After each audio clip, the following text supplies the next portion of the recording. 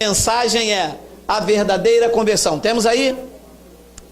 Vamos lá, 2 de Coríntios, capítulo 3, versículo 12. Vamos ler até o versículo 16. Olha, ainda tem tempo de você levantar e voltar.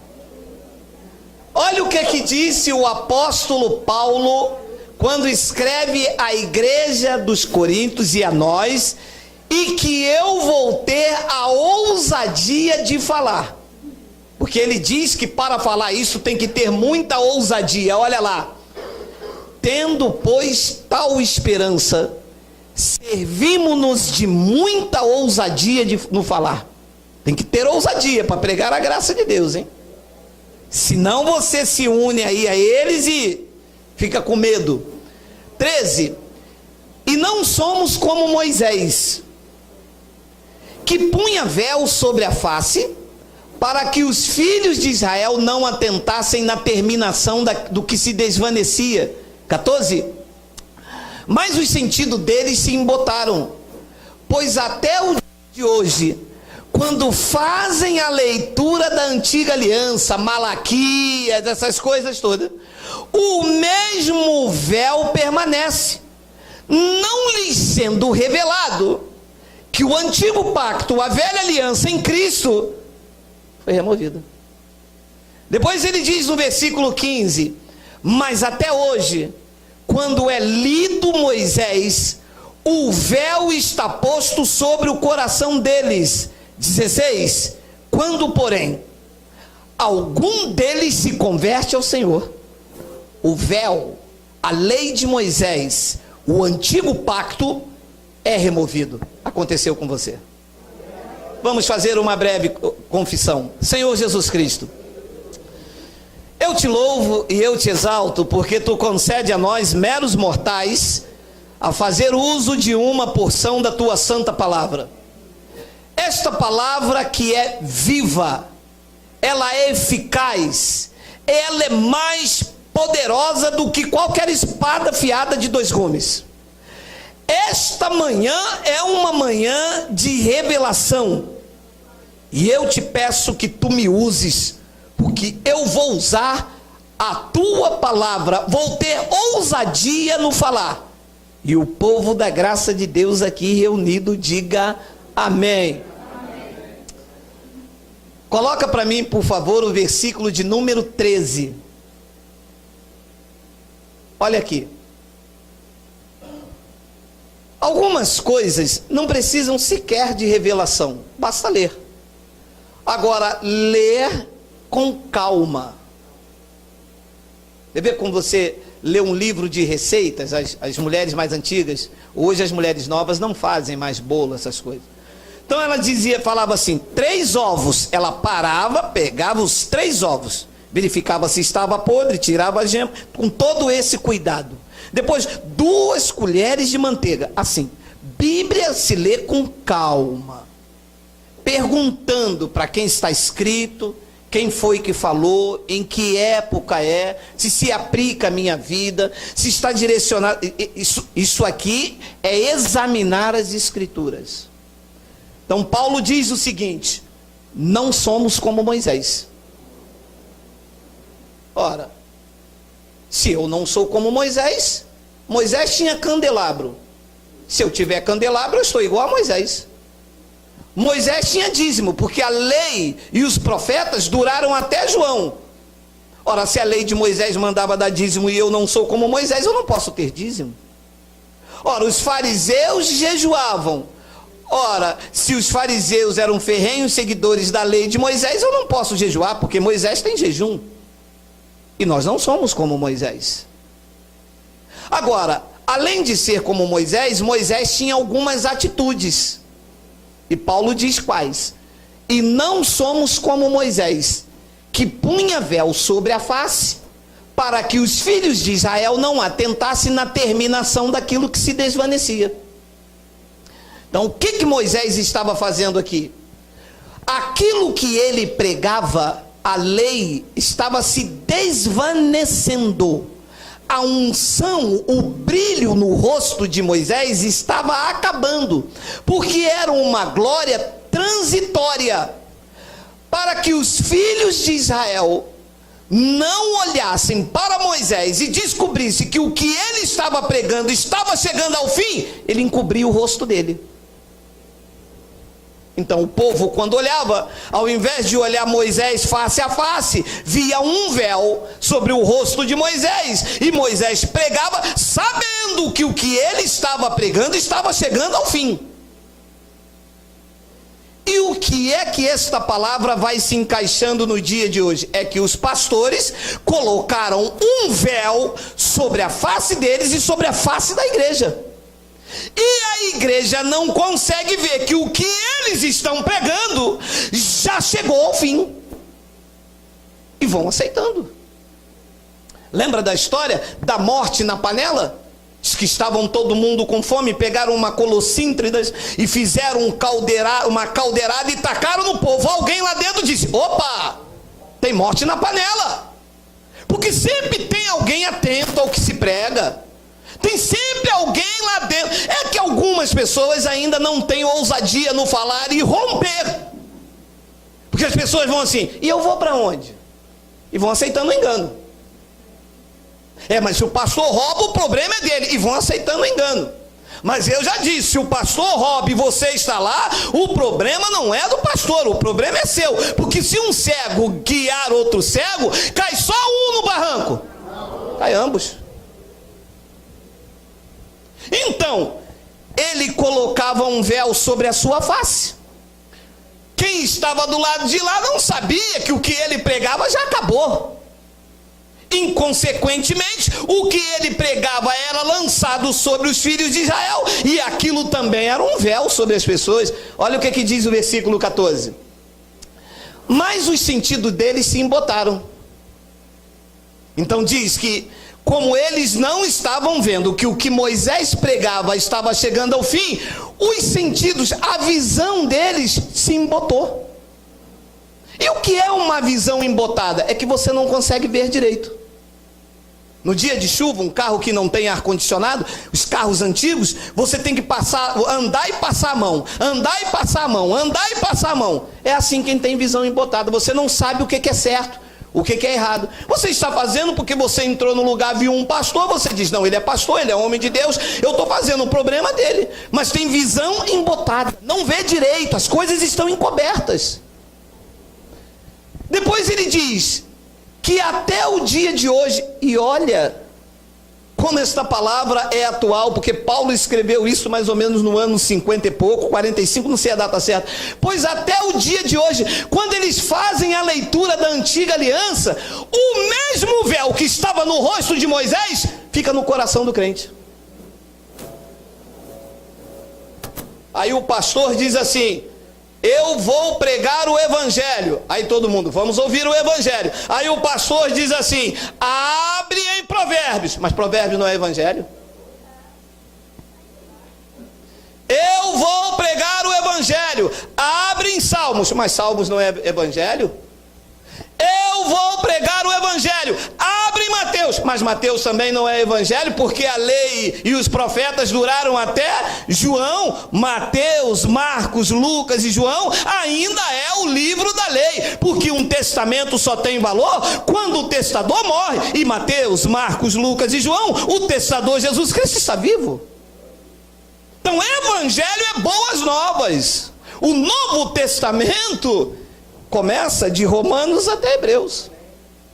Então, se alguém falar: eu vou pregar o evangelho, eu vou pregar a nova aliança, ele tem que abrir as epístolas de Paulo, mencionar até as outras cartas para tirar o véu. Diz então que todas as pessoas que fazem a leitura da antiga aliança, sobre o seu coração, sobre o seu entendimento, o mesmo véu que estava em Moisés e estava em filho de Israel, diz que está posto na vida das pessoas. Imagina você entrar numa igreja com 5.000 pessoas, 5.000 pessoas com véu.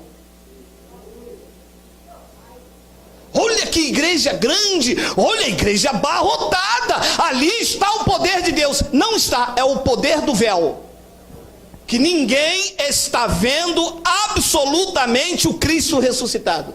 Se faz a leitura do antigo pacto, lá não está o Cristo ressuscitado. Ali no antigo pacto eles estão em busca do Messias. Este pacto Messias veio em busca de nós. Então, ele diz que o mesmo véu lhes permanece, não lhes sendo revelado que em Cristo aquele véu, a lei de Moisés, foi removida. Então, qual é a pregação que se deve chegar ao ouvido da igreja? Dizer que em Cristo, na cruz do Calvário, toda a lei de Moisés foi removida em Cristo.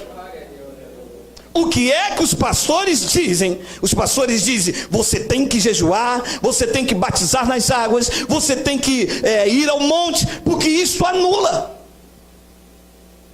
Ora, meu amado, eu já falei isso aqui 1 milhão de vezes e vou falar 1 milhão de um. O batismo foi até a cruz. Da cruz para cá, o batismo é do Espírito Santo. O que lava o homem não é a água. O que lava o homem é o lavar regenerador do Espírito Santo. Esta água que está aí apresentada como santidade, é imunda, é impura, é cheia de cloro, é cheia de bactéria. O lavar no espírito do homem é feito pelo Espírito Santo. Pregou Paulo em Roma, no capítulo 6, no versículo 3, que Cristo nos batizou na cruz. Cristo em quem toda a lei de Moisés foi removida. Mas isso não é revelado à igreja por torpe ganância. Porque se eu digo que eu batizei você, sou teu pai na fé. Se eu digo que você tem que trazer o dízimo à casa do tesouro, você fica preso a paredes. Mas se eu removo isso, se eu mostro que em Cristo todas as ordenanças, toda a lei de Moisés, toda a cerimônia, todos os objetos consagrados foram removidos, a honra e a glória pertencem a Cristo e não a homens, e eles não querem isso. Depois ele diz no versículo de número 15: mas até hoje, quando é lido Moisés, por favor, atente, Moisés durou até o livro de João, era Moisés. Jesus de Nazaré era judeu. Quando ele fazia uma leitura na sinagoga, ele lia Moisés. Você consegue entender isso com a mente de Cristo? Ele não leu epístola, ele não revelou a Paulo, ele não revelou que na cruz aquilo seria tirado. Quando ele entrava na sinagoga, ele lia a lei. Quando ele se referia, ele dizia: o que está escrito na lei? Como vocês leem? Quando pegaram uma mulher do fluxo de sangue, citaram para ele a lei. Quando o ser lá no monte foi tentá-lo, referiu a ele a lei. Ele vivia a lei. Gálatas capítulo 4, versículo 4, diz que ele nasceu sob a lei para cumprir a lei. Ele não pregava as epístolas, ele não dizia que nele na cruz tudo aquilo era removido, que eles apedrejavam.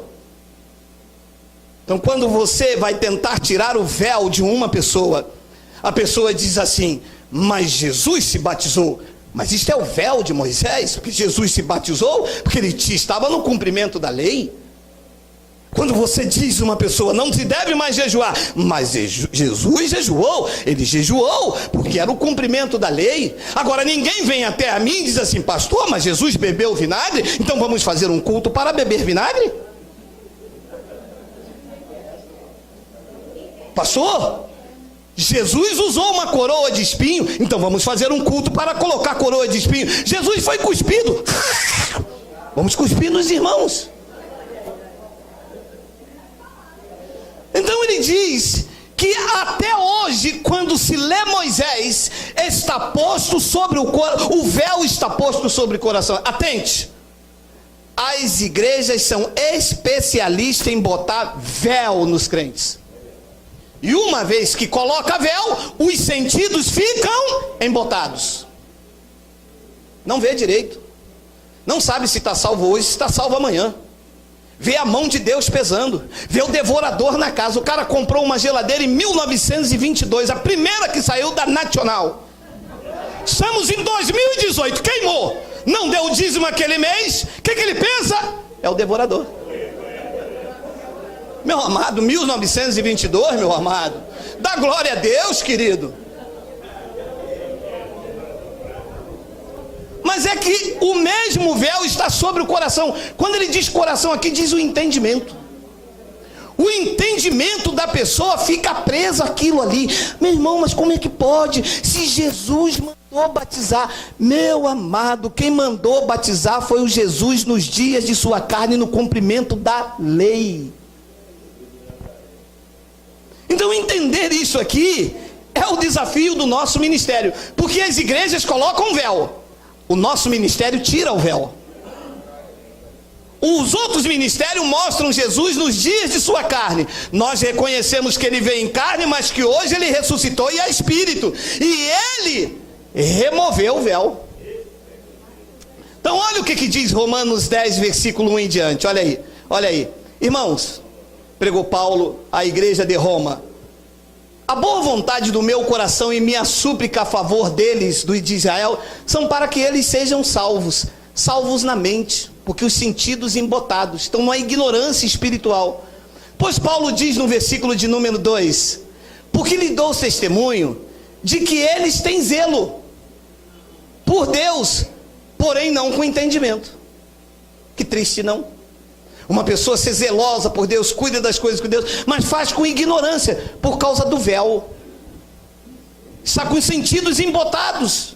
Depois ele diz no versículo de número 3, olha lá: porquanto, desconhecendo a justiça de Deus e procurando estabelecer a sua própria justiça, não se sujeitaram à justiça que vem de Deus.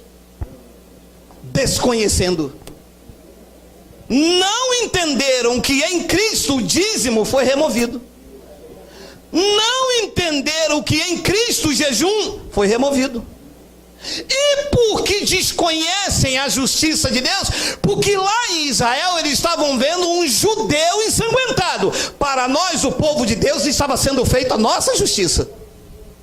Lá ele estava pagando os nossos pecados e ressuscitando pela nossa justificação. Eles estavam vendo um judeu ensanguentado. Lá estava o Cristo sendo, tirando a lei, removendo o véu das nossas vidas. Porquanto, desconhecendo a justiça de Deus, e procuram estabelecer a sua própria. Para que você entenda, é assim: o ladrão foi ali e roubou o celular de uma mulher. Aí passa um grupo de pessoas aqui, amarra, bate, pisa. Estão fazendo justiça com as próprias mãos. Que quem não deve fazer isso é a polícia. Tem que ligar para a polícia, chamar e prender. O que os crentes fazem? Os crentes querem fazer a justiça divina com o corpo deles. Ih, rapaz, estou com uma dificuldade no emprego. Faz um propósito de jejum. Mas eu que tenho que fazer com a minha... É justiça própria? Então Paulo diz: eles não se sujeitaram à justiça que vem de Deus. 4.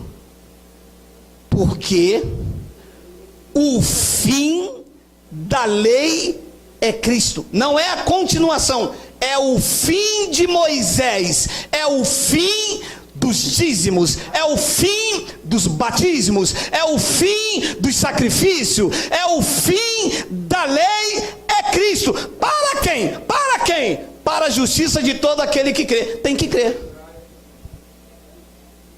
E quem não crê, continua dizendo que tem que se batizar nas águas, que tem que buscar a Deus no monte. Meu amado, nós batemos nisso 7 anos seguidos, mas o povo ainda tem véu sobre a mente dele, sobre o entendimento. O fim da lei não é a continuação da lei. Tudo o que é lei de Moisés acabou. Aí me ligou aqui um teólogo, 2 meses atrás, disse assim: o senhor se prepara que eu vou arrebentar, que eles são metidos a conhecedor da palavra, vou bater no senhor hoje. Eu falei: faz comigo não, meu irmão. Sabe quem está falando aqui? Eu sou doutor em teologia. O senhor diz que o fim da lei é Cristo. Eu digo: meu amado, calma, quem disse é o evangelho, eu não disse nada, eu só li. Quem diz que o fim da lei é Cristo foi o apóstolo Paulo. Ele diz: eu sei, mas e as ordenanças de Jesus? O senhor vai querer passar por cima das ordenanças? Eu disse: se o senhor é doutor em teologia, o senhor sabe que não existe mais ordenança para os gentios. Mas o dízimo é um mandamento. Acabou em Cristo. Mas a ceia é uma ordenança. Não é ceia, é Páscoa. E o senhor pode me provar que acabou? Eu disse, ora, você é doutor da lei, você é doutor do sistema e não sabe, tenho eu que lhe explicar, eu vou usar de muita ousadia não falar. E mostrei para ele então Colossenses 2,13, coloca lá, Colossenses 2,13, e a vós outros, que estavais mortos pelas vossas transgressões e pela incircuncisão da vossa carne, vos deu vida juntamente com ele, perdoando alguns dos vossos delitos, perdoou quantos? E qual que a água vai tirar? Qual é o pecado? Qual é o delito que a água da piscina dos pastores vão tirar, se ele já perdoou todos? Todos querem dizer quantos? Aí ele já... Espera aí, eu estou lidando com forças ocultas. Eu já tô sabendo que eu estou me dando com alguma coisa estranha, porque o senhor já está mexendo numa coisa que, espera aí. Eu falei, espera não, que tem mais. Versículo de número 14. Tendo cancelado o escrito de dívida, que a lei era o escrito de dívida. Eu fazia um, não cumpria, era culpado de todos. O homem estava com dívida. Cristo na cruz removeu, mas não enxerga isso quem tem véu. Quem tem os olhos iluminados entende e recebe. Recebe ou não recebe? Recebe ou não recebe? Recebe! Cancelou ou não cancelou? Diga que está cancelado. Tendo cancelado o escrito de dívida que era contra nós. E que constava de ordenanças, doutor. Cancelou ou não cancelou? Está cancelado. E Paulo diz, o qual nos era prejudicial, removeu inteiramente, encravando na cruz. Eu disse para ele, sobe lá agora e tira.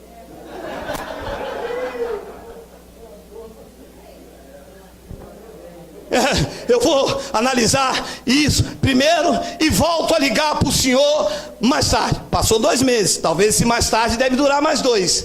Mas ele estudou teologia 6 anos, não deu tempo de examinar? Ele cancelou o escrito de dívida. Mas isso não lhes foi revelado que em Cristo o escrito de dívida foi removido. A nós foi revelado. Porque nós vivemos a excelência da glória, da graça de Deus. Ora, se não há dívidas, se não há ordenanças, se não há mandamento, o que é que se deve pregar na igreja? A graça de Deus. Deixa eu te explicar uma coisa antes de avançar. Volta lá para mim, Miguel, em 2 de Coríntios 3,15.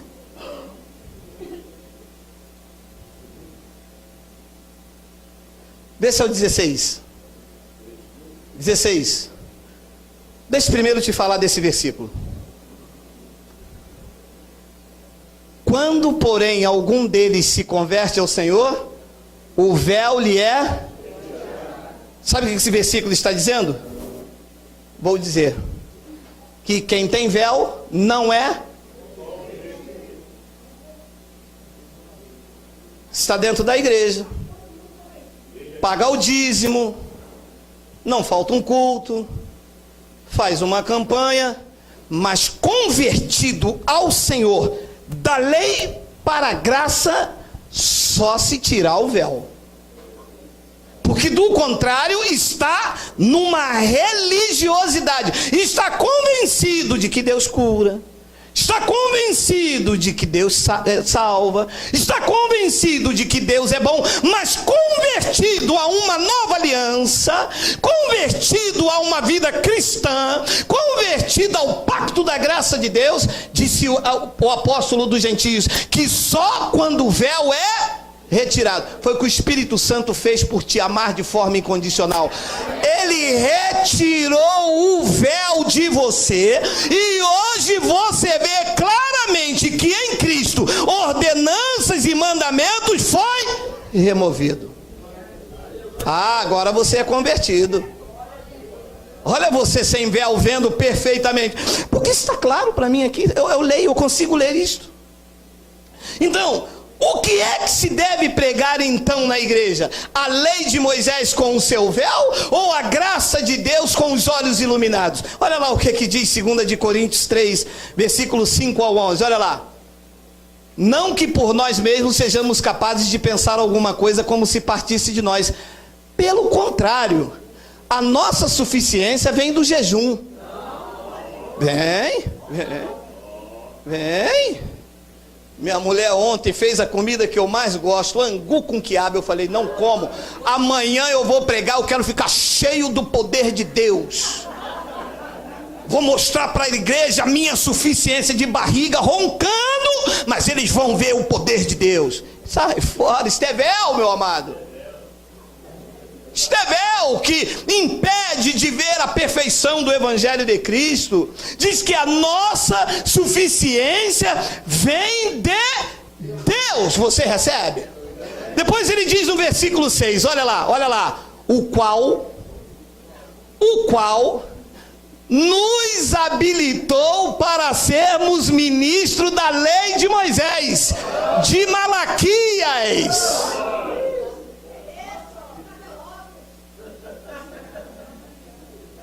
Habilitou para quê? Para ser ministro de uma nova aliança. Se eu pregar a velha, não estou habilitado por Cristo. É fácil de entender assim, ou sou eu que estou maluco, estou doidão, que tiro foi esse?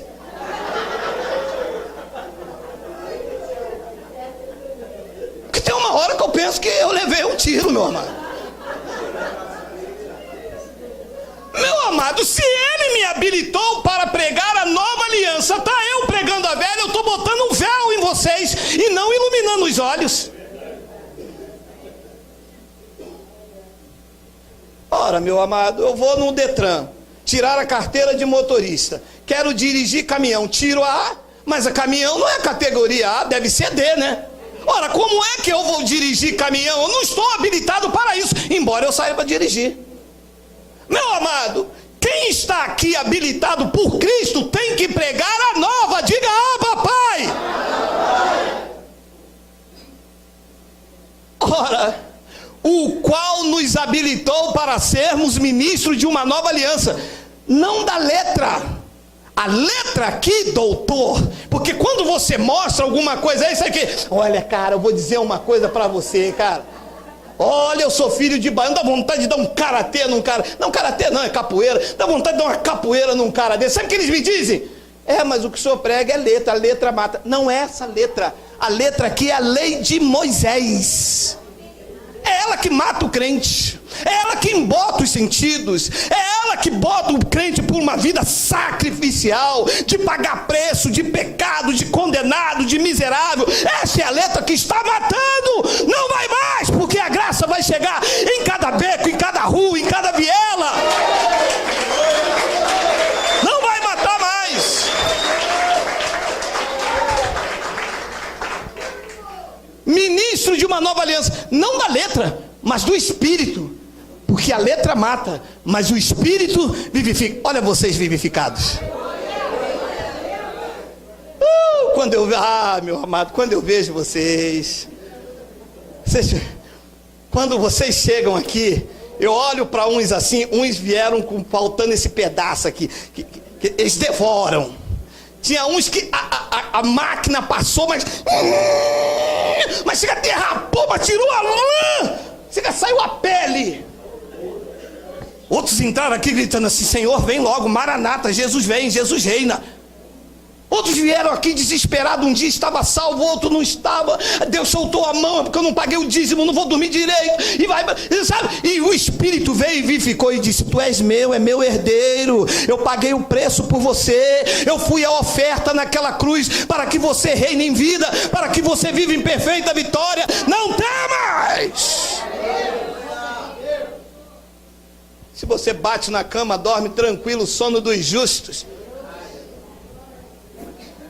Porque a letra, a lei de Moisés mata, mas o Espírito vivifica. 7, tem um 7. Vamos lá, será que é ele? Não. E olha como Paulo chamou a lei de Moisés. E se o ministério da morte, isso é a lei de Moisés, com seus véus. E se o ministério da morte, gravado com letras em pedras, se revestiu de glória, a ponto de os filhos de Israel não poderem fitar a face de Moisés, por causa da glória do seu rosto, ainda que desvanecente. Olha, quando os filhos de Israel olhavam para o rosto de Moisés, a unção do antigo pacto na vida de Moisés era tão intensa, que eles não conseguiam olhar para Moisés, embora aquela glória ia se desvanecendo. O ministério da morte, a igreja aí fora, está debaixo de um ministério da morte. Os crentes estão bebendo veneno, doentes, apáticos, sem vidas, sem resultado, em busca de algo que já está dentro deles, pagando um preço já pago por Cristo, querendo alcançar uma bênção que já é direito deles, porque o Evangelho diz que Ele nos abençoou com todas as sortes de bênçãos. Depois Paulo então diz no versículo de número, eu estou ministrando a nova, tá? Eu sou ministro da nova. Depois ele diz, como não será de maior glória o ministério do Espírito? Se o que Moisés pegou teve glória, abriu o mar vermelho, curou, salvou, libertou, fez o que aconteceu, como não será de maior glória o ministério do Espírito, que é onde nós estamos agora? Depois ele continua dizendo aí no versículo de número 8, 9, porque se o ministério da condenação foi glória, olha onde debaixo os crentes estão, meu irmão. Ministério da condenação, lei de Moisés. Pecador, você está em pecado, você não pode tomar a ceia, só pode casar se for batizado. Deus vai voltar, você vai ficar. Você está sem azeite. Vai quarta-feira que vem a campanha da viúva sem azeite. Isso é ministério de condenação. O ministério do Espírito declarou pela boca de Paulo, e declaro pela minha boca a partir do Sarapuí para todos aqueles que nos ouvem: nenhuma condenação há para aqueles que estão em Cristo Jesus, porque a lei do Espírito da vida já vos libertou da lei do pecado e da morte. Quem recebe o ministério do Espírito? Quem recebe? Quem recebe? Não há condenação, meu amado. Isso era a lei de Moisés, com os seus mandamentos, com os seus véus. Depois ele diz então no versículo de número 10, porquanto, na verdade, o que outrora foi glorificado, neste respeito já não resplandece, diante da atual sobreexcelente glória. Paulo está dizendo, se a lei de Moisés foi glorificado, nesse respeito, nesse assunto da graça, ele já não resplandece diante da atual sobreexcelente glória. 11, temos? Porque se o que se desvanecia teve sua glória, muito mais glória tem o que é permanente, que é o ministério do Espírito, que é onde nós andamos agora. O que os pastores fazem até o dia de hoje? Tiraram do ditos altares a ministração da nova aliança, do Cristo ressuscitado, e colocaram o véu no crente, para eles impedirem de verem a glória de Deus. Aonde está a teologia da prosperidade das igrejas? Provérbios. Mas provérbio é lei de Moisés. Traga o dízimo de toda a tua renda e encherá com fartura os teus celeiros. Estava errado? Não, estava certo, porque dízimo era alimento e enche mesmo o celeiro. Só que diante da sobreexcelente glória, isto já não se aplica mais. Então eles tiraram a ministração da graça de Deus, que deveria ser para a sua vida, reduzindo os crentes. No tempo em que os crentes deveriam ser mestres, ainda são chacota na mão dos pastores. Porque num domingo como esse, a pessoa se reunir, sentar num banco e o pastor chamar você de ladrão, é dose, meu irmão. Porque é de ladrão que chama. Se eu digo nessa manhã que vocês estão roubando a Deus, eu estou chamando vocês de abençoado ou de ladrão? De ladrão. E você se reuniu para ser chamado de ladrão, meu amado? Mas nós não roubamos a Deus. Por quê? Porque eu sou propriedade dele. Olha como meu carro pode me roubar, meu amado. Eu botei ali R$200 de gasolina, vou ligar o carro, acabou a gasolina, o carro vai lá, eu bebi tudo, eu te roubei. Como, meu amado, se nós somos propriedade dele, meu amado? Tudo em nós pertence a ele. Pagar o que a Deus? E como fazer o povo entender isso se o povo tem véu? Não, eu tenho que pagar o meu dízimo, meu amado. Eu sou propriedade de Cristo. Como que eu vou pagar uma coisa se eu pertenço a ele? Então isso impede o crente a avançar. Isso impede o crente a ter maturidade. Ele fica na caixinha da religião. Todo domingo é aquilo. Senta, levanta, senta, levanta. O coral das irmãs, o coral dos irmãos, a reverência. Olha lá, senta, levanta. E é o diabo, é o devorador, é o Zaqueu. E isso aqui não avança. Isso é véu, impedindo as pessoas de verem aquilo que é perfeito, reduzindo a igreja de uma vida de sacrifícios e de barganha. E olha o chamado em Hebreus 6, 1, 3, olha lá, olha lá.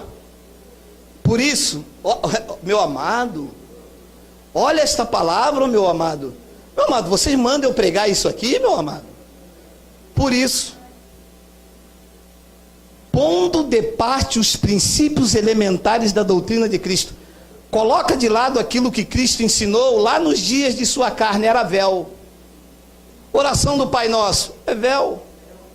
Pai Nosso que estás no céu, ele não está no céu, ele está em nós. Isto é oração para os judeus disseram, ensina-nos a orar. Paulo pregou na nova aliança e disse, nós não sabemos orar como convém. E Paulo disse, coloca de lado, deixa para lá, vem você também, pondo de parte os princípios elementares da doutrina de Cristo, deixemos-nos levar para o que é perfeito, não lançando de novo a base do arrependimento das obras mortas e da fé de Deus. Dois, não fazendo de novo, como ele diz no versículo 1, o ensino de batismo, de imposição de mãos, da ressurreição dos mortos e do juízo eterno. É para fazer ou é para deixar? E por que a igreja faz? Porque coloca véu. O irmão é novo convertido? Sou. O irmão vai fazer o ensino de batismo. Eu não sei o nome, me perdoem pela internet, chama-se classe catecúbitos. O irmão tem que estudar sobre o batismo, vai fazer um curso, está aqui a apostila. Depois que o irmão se batizar, só aí o irmão é uma nova criatura. Aí o irmão vai poder cear, aí o irmão vai poder tocar e dar dízimo. Ah, isso é no primeiro dia.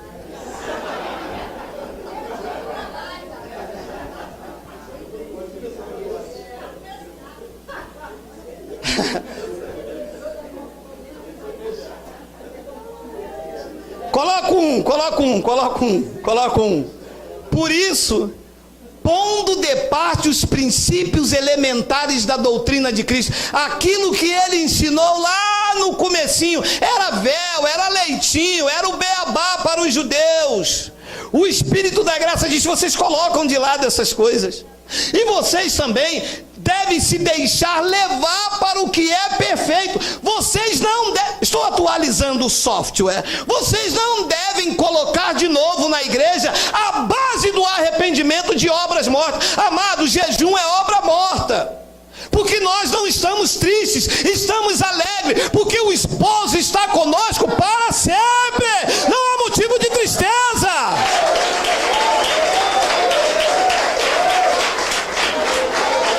Jejum é luto, é véu. Não colocando de novo a base de obras mortas e da fé em Deus. Meu amado,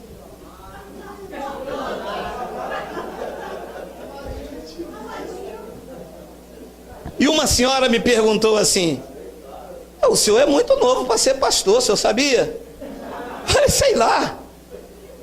É porque pelo jeito do senhor, o senhor não tem fé dobrada. Falei, meu irmão, mas não existe fé dobrada, existe o dom da fé que está na minha vida, está na sua vida. Eu tenho confiança na minha, a senhora tem que ter na tua. Agora a fé dobrada é véu, é coisa de Elias. Elias e Eliseu. Me dá unção dobrada, me dá fé dobrada. Paulo disse, larga essas coisas para lá. Versículo 2, olha lá. E o ensino de batismo e da imposição das mãos. É para fazer ou é para deixar? Então, se eu chamo no final do culto vocês aqui e digo aqui, vem cá que eu vou impor as minhas mãos sobre você, vem cá para fazer um contato entre Deus e o profeta, meu amado, isto é véu, porque a mão de Deus está na sua vida e ela já basta. Vem aqui diante do altar, que agora você vai fazer um contato com o profeta, e Deus está me mostrando aqui que tem alguém aqui em pecado, e eu vou impor as minhas mãos. Isto é véu. Paulo diz, coloque isso de lado, vocês devem seguir para o que é perfeito, não é para fazer imposição das mãos, nem ressurreição dos mortos, look, e do tal inferno. É o pastor Gaga, quem? O inferno. Ah, não é para ficar quem vai para o inferno? Não é. Isso não é igreja de inferno, isso é uma igreja de eleitos, de salvos, eternamente salvos, selados, batizados, ungidos, revestidos. Ninguém te separa do amor de Deus, nem morte, nem vida, nem altura, nem os principados. Ele disse aos judeus, pode até servir para nós da palma da mão do Pai, ninguém te arrebata.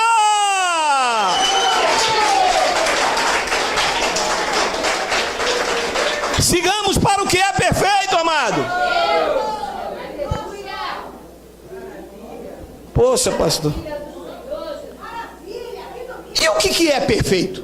Paulo diz, sigamos para o que é perfeito. E o que é perfeito? Romanos 7, 1-6, olha lá. Romanos 7, versículo 1 e 6. Temos? Será que é ele? Está aí. Vamos, Miguel. Tem aí? Ah lá! Aê, não é ele não, é o Miguel mesmo. Porventura, ignorais, irmãos, pois eu falo aos que conhecem a lei, que a lei tem domínio sobre o homem toda a sua vida? 2. Ora, a mulher casada está ligada pelo marido enquanto ele vive, mas se o mesmo morrer, desobrigada ficará da lei conjugal. Segura aí.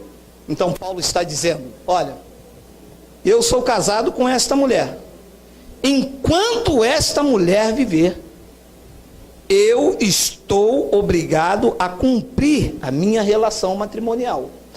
Uma vez que ela morre, eu estou desobrigado e posso contrair uma nova núpcia.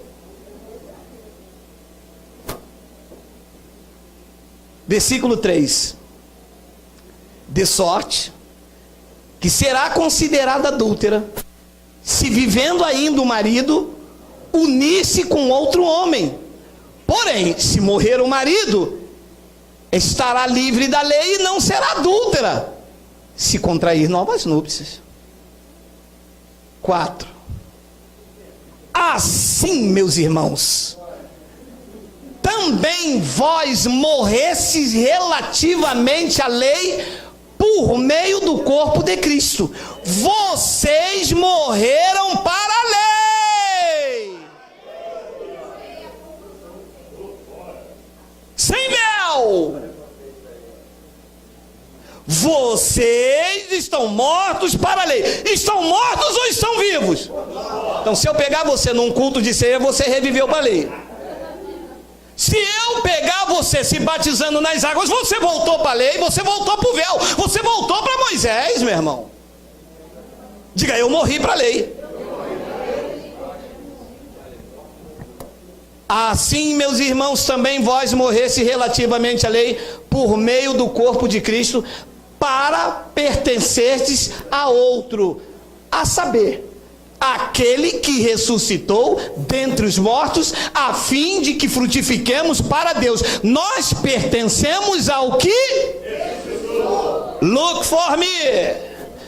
Se eu pertenço ao que ressuscitou e estou chamando Jesus de Nazaré, estou em adultério espiritual, porque eu pertenço ao que ressuscitou e eu estou gritando: Jesus, ó filho de Davi, atende ao meu clamor. Isto é lei, isto é véu, isto impede você avançar para o que é perfeito. O perfeito é o Cristo ressuscitado, do qual nós pertencemos. Diga ah, papai, diga ah, papai, diga ah, papai.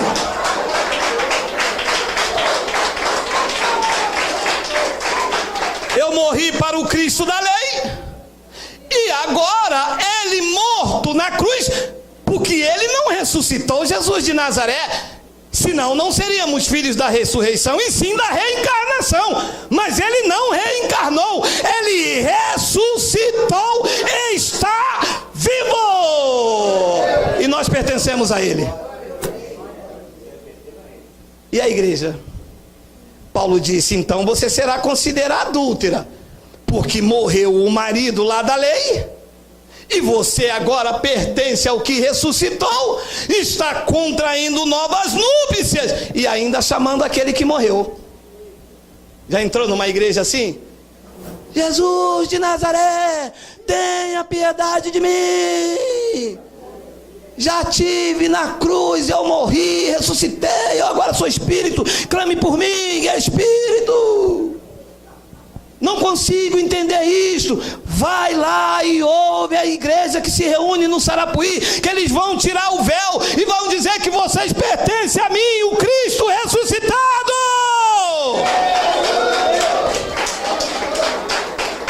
Aonde não há condenação, aonde ele te sustenta, aonde ele é o provedor da sua vida, aonde ele derrotou todos os impérios e potestades, o mais valente, o mais poderoso é o Cristo que ressuscitou, do qual nós pertencemos. Paulo disse: se eu estou casado com a da lei e tenho uma nova núpcia, serei considerado adúltero. Mas se esse aqui morreu e eu contraí uma nova núpcia, então estou livre da lei. Nós agora pertencemos ao que? A igreja aí fora ainda está preso ao Cristo histórico.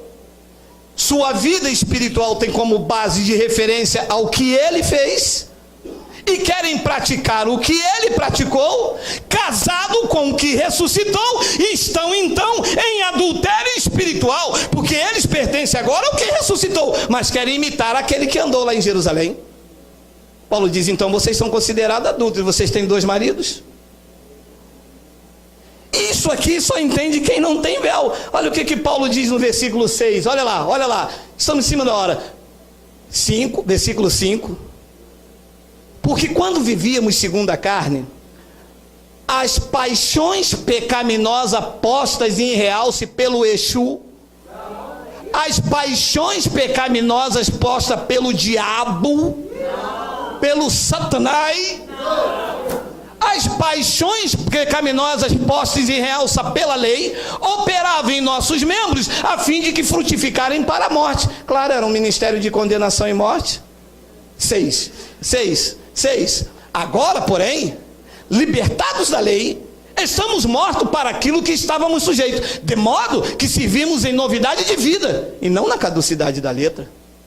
Nós servimos em novidade de espírito, de modo que servimos em novidade de espírito, e não na caducidade da letra. Não estamos mais presos a Moisés, não estamos mais debaixo da lei, não estamos mais debaixo de mandamentos. de ordenanças, de pagar o preço, de vida sacrificial. Se a igreja cometer as obras da lei, ela está dizendo que Cristo não ressuscitou, porque Cristo, quando ressuscitou, pôs fim à lei. É o que Paulo tentou explicar em 1 de Coríntios. Já estamos terminando. 1 de Coríntios 15, 12. Vocês, ora, se é corrente pregar que Cristo ressuscitou dentre os mortos, meu amado, é corrente pregar que Cristo ressuscitou dentre os mortos. Como, pois, afirma algum dentre vós que não há ressurreição de mortos? Os coríntios afirmavam que os mortos não ressuscitavam.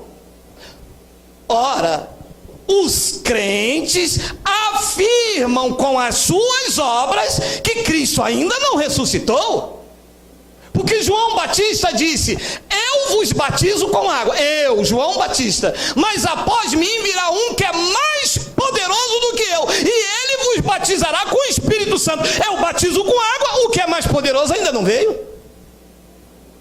Entende?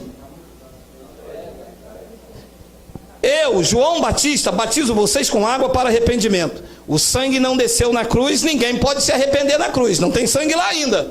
Mas virá um após mim, que é mais poderoso do que eu. Ele não vai batizar com água, ele vai batizar com o Espírito Santo. Quando isso aconteceu? Quando ele ressuscitou. Ora, se eu batizo nas águas, o que eu estou dizendo? Que Cristo não veio ainda, que Cristo não ressuscitou, que o sangue ainda não teve efeito de pagar os meus pecados. E quem é que apaga os pecados dos homens? O pastor batizando nas águas. Então isso aqui está anulado a ressurreição. Estão querendo dizer que Cristo não ressuscitou. E Paulo estava dizendo aos coríntios, olha lá, 13: e se não há ressurreição dos mortos, então Cristo não ressuscitou. 14: e se Cristo não ressuscitou, é vã a nossa pregação e é vã a vossa fé.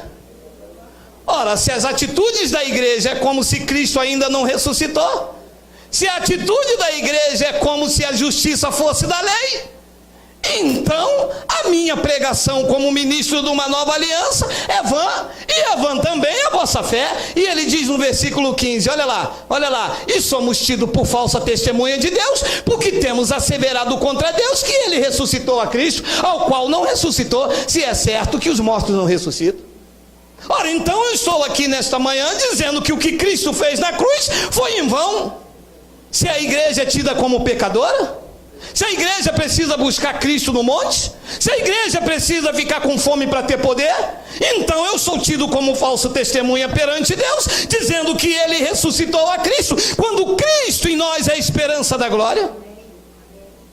Depois então ele diz no versículo de número 16, olha lá, porque se os mortos não ressuscitam, também Cristo não ressuscitou. 17: e se Cristo não ressuscitou, é vã a vossa fé, e ainda permaneceis no vosso pecado. 18: e ainda mais os que dormiram em Cristo pereceram. 19: se a nossa esperança em Cristo se limita apenas a essa vida, nós somos os mais infelizes de todos os homens. 20: mas de fato Cristo ressuscitou.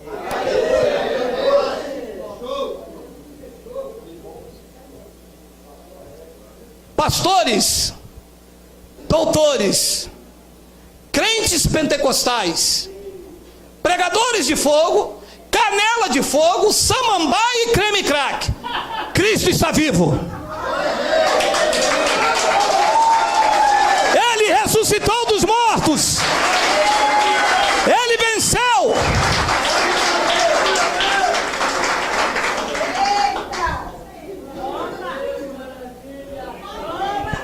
Não existe poder paralelo, não existe condenação, não existe ordenança, não existe mandamento, não existe Páscoa. Cristo, a nossa Páscoa, foi sacrificada por nós. Ele deu a garantia de que viria. Ele disse aos discípulos: vocês façam isso até que eu venha. No terceiro dia o túmulo ficou vazio e nós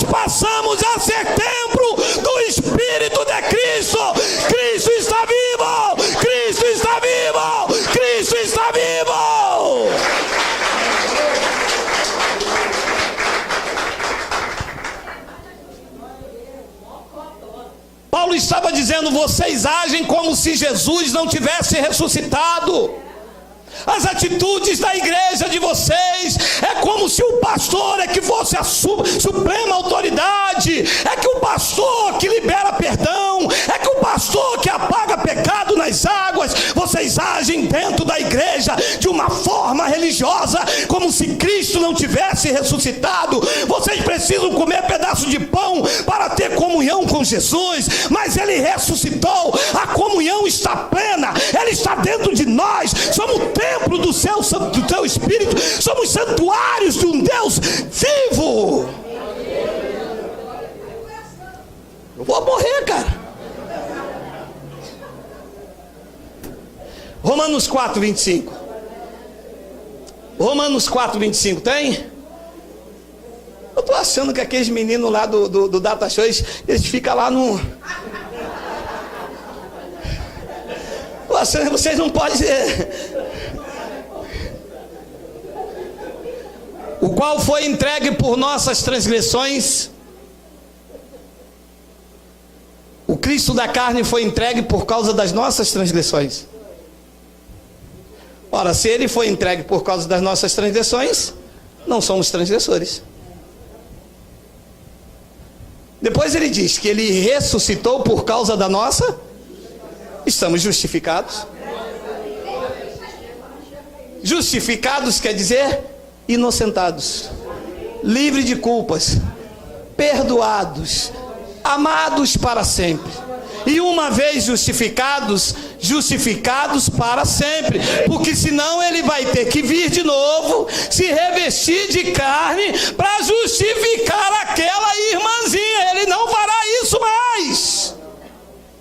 A morte dele não tem mais poder, a morte já não tem mais poder sobre ele.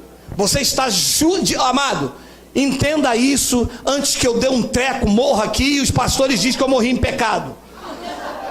Entenda uma coisa: diante de Deus você está justificado. Se Ele morre lá no Gólgota e a carne dele apodrece no madeiro, estaríamos todos debaixo de pecado. Precisaríamos de tomar banho nas águas, precisaríamos de ter expiação, precisaríamos de comer pão, mas o túmulo ficou vazio. No terceiro dia, Maria Madalena entrou lá e perguntou ao jardineiro, era um anjo, ela não entendia, tinha véu. Ela perguntou: aonde colocaste o meu Senhor? E ele perguntou: por que tu procura entre os mortos aquele que vive? A igreja está procurando aquele que vive entre os mortos. Ele não está no monte, ele não está na catedral, ele está na tua vida, na tua vida, na tua vida, na tua vida.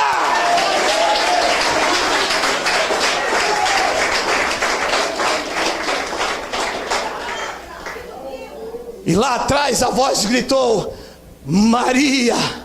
Ela olhou para trás e disse: Raboni. Ela correu e disse: não me toques,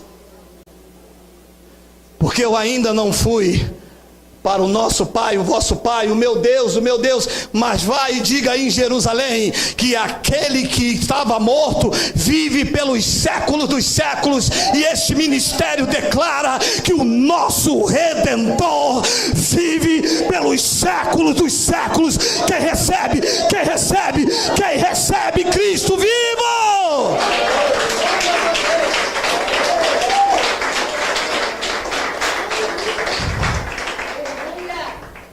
Colossenses 1, 24 para terminar. Olha lá.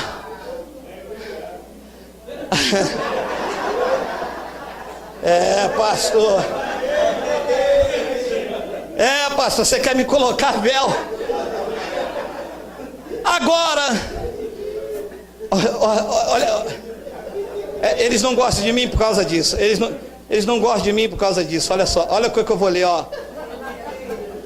Agora me regozijo nos meus sofrimentos por vós, e preencho o que resta das aflições de Cristo na minha carne, a favor do seu corpo, que é um pedaço de pão. O corpo é um pedaço de pão. A igreja que tem véu acredita.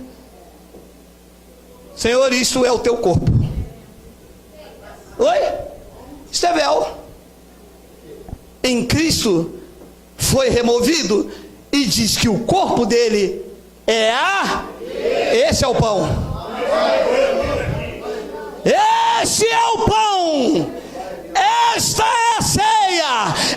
Este é o alimento puro. Aí vem o teólogo da igreja, né? Sou negão, pequenininho, né, cara? Quarta série primária, não sei ler direito, só sei ler Bíblia, né?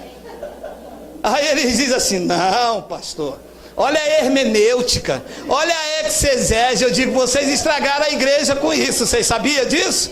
Vocês sabiam que vocês gastaram o dinheiro do povo com escola bíblica dominical, dizendo que o corpo de Cristo é um pedaço de pão cheio de fermento? Vocês sabiam isso? Olha lá. Preencho o que resta das aflições de Cristo na minha carne, a favor do seu corpo, que é a igreja. Eu estou tirando o véu, tá? Estou iluminando os olhos. Pão não é corpo de Cristo, coisíssima nenhuma. O corpo de Cristo é a igreja. Versículo 25. Do qual, disse Paulo, me tornei ministro de acordo com a dispensação da parte de Deus, que me foi confiada a Senhor, a vosso favor, para dar pleno cumprimento à palavra de Deus. Versículo de número 26. O mistério que estivera oculto dos séculos e das gerações, agora todavia se manifestou aos seus santos, que somos nós. 27, olha lá, os quais Deus quis dar a conhecer qual seja a riqueza da glória desse mistério entre os judeus, entre os gentios. Isto é, qual é o mistério entre os gentios? Isto é Cristo no monte, dentro da igreja, do santuário lá em Belém, da catedral em Campinhos, da igreja lá no Brás. Cristo aonde? Diga, Cristo em nós. Diga. Cristo em nós é a esperança da glória. Esse é o mistério que estava oculto. E os crentes buscando eles nas catedrais, e os crentes buscando ele dentro das igrejas, abarrotando os templos, dizendo: nós chegamos agora na casa de Deus, nesse dia feliz, eu vou tirar o cartão, mas pera aí, irmão.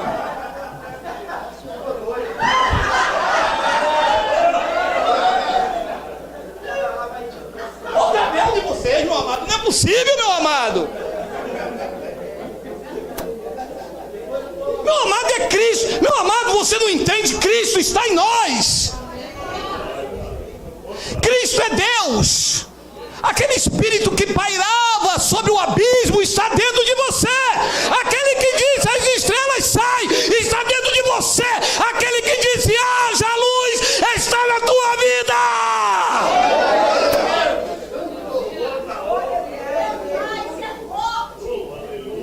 Use de muita ousadia no falar, meu amado. Diga: doença, saia. Diga: pobreza, desapareça. Deus está na minha vida. Diga: o problema, sare. Confesse que a tua família é bendita. Não abra mão da sua família. Não abra mão dos seus filhos. Não abra mão do seu marido. Não abra mão da sua esposa. Não abra mão de nada que te traga felicidade. Cristo em nós é a esperança da glória. Eu quero ouvir alguém dizer: Abba, Pai, glória a Deus, aleluia.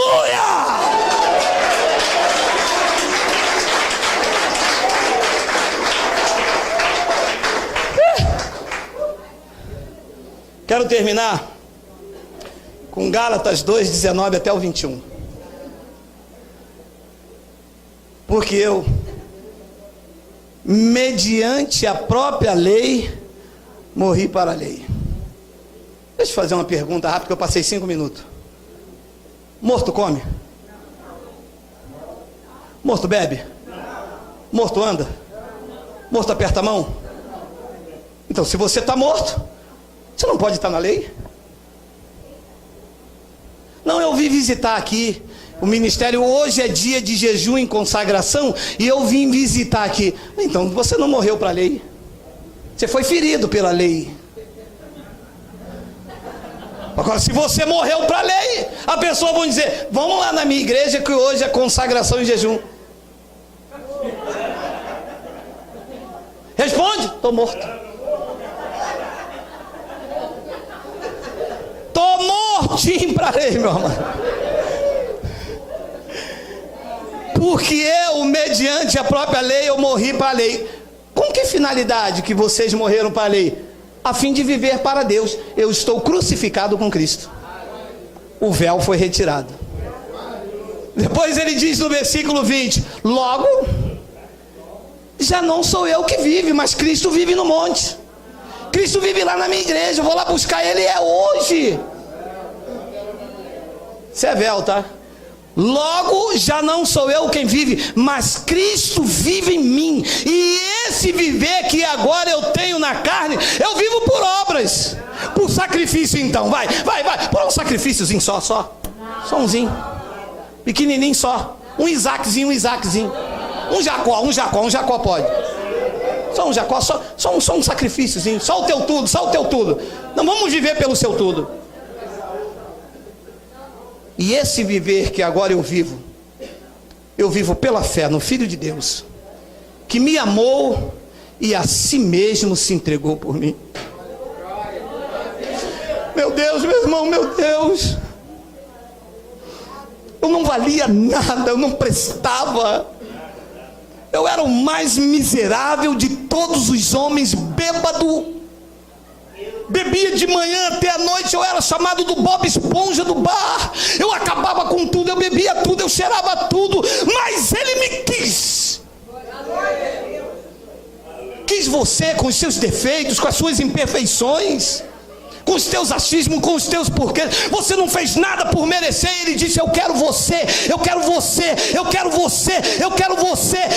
Eu te amo, eu me entrego por você. E quando eu ressuscitar, eu justifico vocês. Vocês estão livres, perdoados, selados, salvos eternamente pelo único, bendito e soberano Rei de reis e Senhor dos senhores. Graças a Deus.